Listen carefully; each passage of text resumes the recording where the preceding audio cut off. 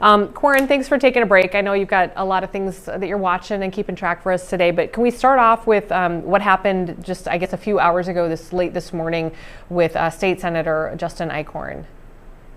No longer a senator. Eichorn, Yeah, right. just Mr. Eichorn now. He did resign from his position in the Senate, and that was, 2 days ago he was arrested for solicitation of a minor. 3 days ago now, and yeah, so there was a lot of pressure from the GOP, even his own party, to resign. They were going to bring a motion to expel him from the Senate today, but they didn't have to do that because he resigned. He is still in jail.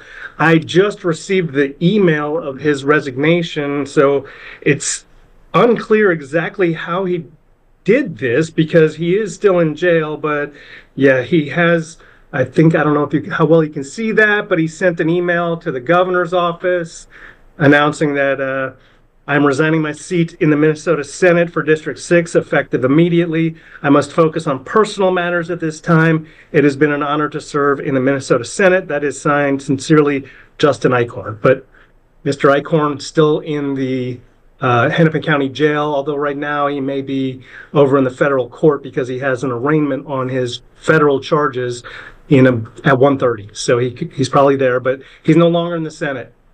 Okay. Yeah, we're kind of watching those moving parts this morning, and then also some big hearings today. A lot of people are talking about one involving some funding requests from the CHS Field was another one. Can you bring us up to speed on some of that? Sure, and that one, passed through today, but it's still kind of an iffy thing.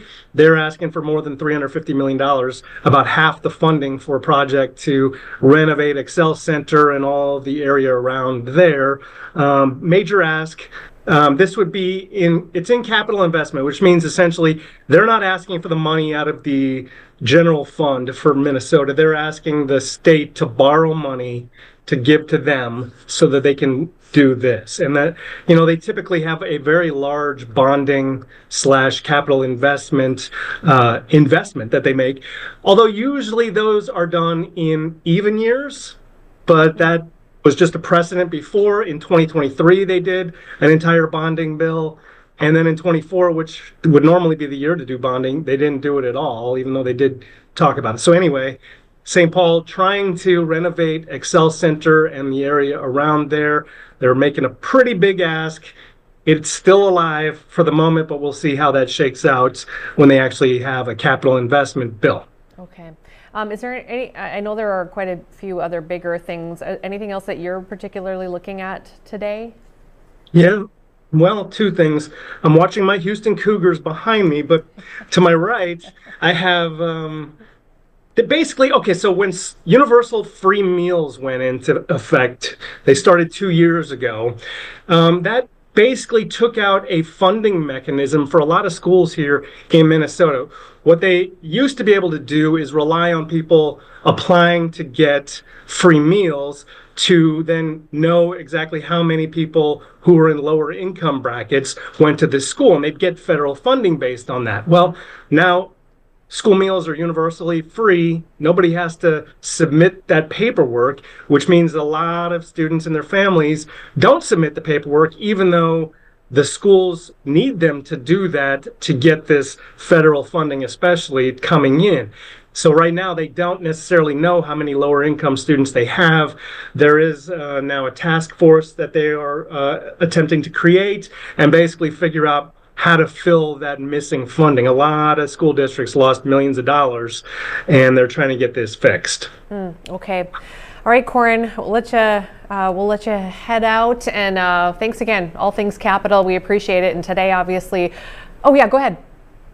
So I told you I was watching my Houston Cougars. I did ask Governor Tim Walz who he picked for his March Madness winner, and he said the Houston Cougars. No way. Well, he went there for 2 years. It's my alma Oh, mater. oh, I He went didn't there know for 2 that. years. Okay, I didn't know that. Okay, well, how are they doing? They're winning by 30 last I checked. Wow. So, okay, you might be onto something there. At least today.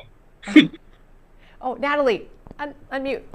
You're muted, but Okay, I gotta put a plug in for the Cyclones.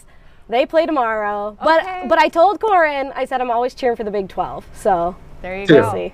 The Cyclones. We'll see you in the final. And we'll Yeah. win. There we go. All right, all right.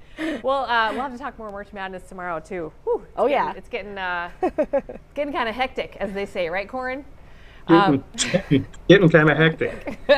All right, Corin. Appreciate Thanks, you. Corin. We'll talk to you later. We'll see you on Fox 9 News at 5 and 6, a little bit later.